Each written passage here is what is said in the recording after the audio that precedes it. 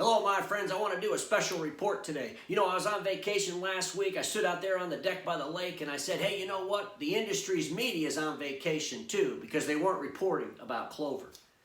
Ladies and gentlemen, our industry, regardless of what industry you're in, the industry news for that industry very rarely will tell you the real threats. Very rarely will tell you upsetting news.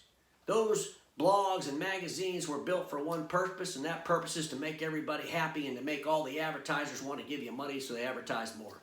The more readers, the more advertisers. As long as everybody's happy, we'll continue to grow our revenue.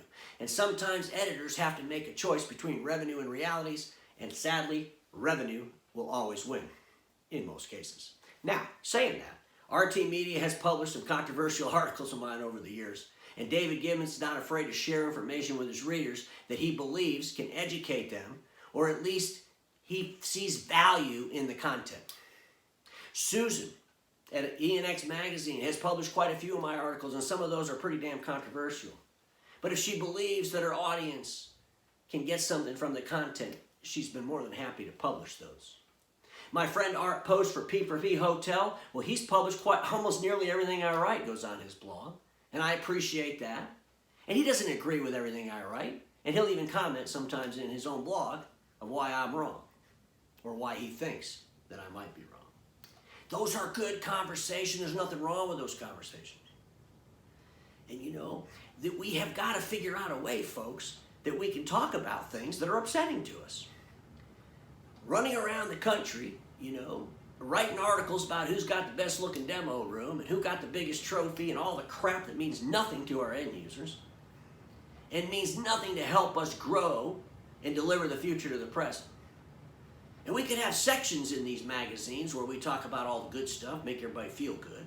But then maybe halfway through we ought to have a solid red page that says industry's threats on the horizon. And when you turn that page, we talk about those things.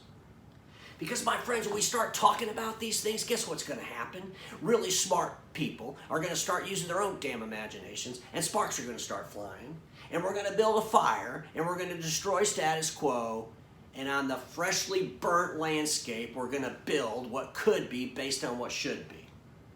And if we can't talk about it, and we can't even provoke the thoughts about it, it will never happen. And I'm strongly suggesting, with the passion of all I have, will our industry please slap themselves on the face and start talking about realities. Start talking about market realities. Start talking about the overselling of A3. Start talking about how A4 displacing A3 is going to be extremely disruptive to processes, to people, to companies. And we can either do it ourselves or we can allow another industry to come in and do it for us.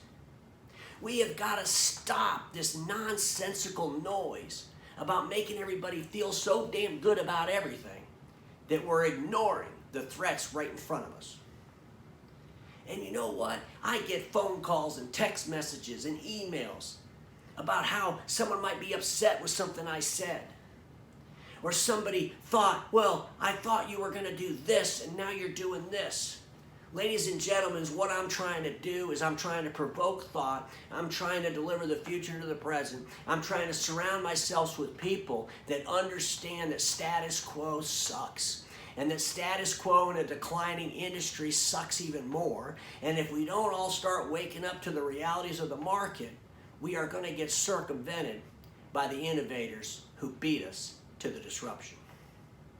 And I'm not tooting my own damn horn, but in 2017, I stood on stage in China and I told the whole damn world that HP would buy Xerox. And after that was over, the analysts and the experts said it would never happen. In 2017, I talked about the bigger threat to both the remanufactured cartridges and the non-infringement new build cartridge companies. And that bigger threat was the OEMs taking back their market share. And over the last 2 years, we see what HP has been doing. They've taken enough business from Clover, they're causing them pain. We see that HP and Xerox are tightening their relationship. And I'm only going to say it with even more passion. HP will buy Xerox, and they are not going to let anybody come in and buy them and take away the toner they just got back. Last year I did a video and I talked about a major retailer buying a mega dealer. And people, again, that'll never happen. That's crazy. Well, the craziest thing happened. Sycamore Partners and Staples bought Dex Imaging. That was an infrastructure change. And we're talking about that like it'll never work. We're giving all the reasons why, Staples and Dex and Ascended, it's never going to come together. They're never going to be able to pull it off. It'll be a total disaster. Why the hell are we not talking about how it will work? Why are we not talking about the probabilities of its success? Because if we focus on that stuff, guess what we'll do? We'll make sure that we ourselves are successful. So ladies and gentlemen, I'm a little frustrated with the news media, obviously. But I'm also getting a little bit frustrated with the complacency and with the attitudes that Ray is causing too much pain to people, so we need to shut him out. Because folks, you're not going to shut out a 58-year-old guy.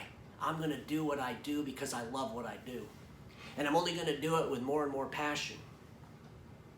Because I know this, and I say it every day, status quo is the killer of all that'll be invented. Don't get stuck in status quo, and I'll see y'all real soon.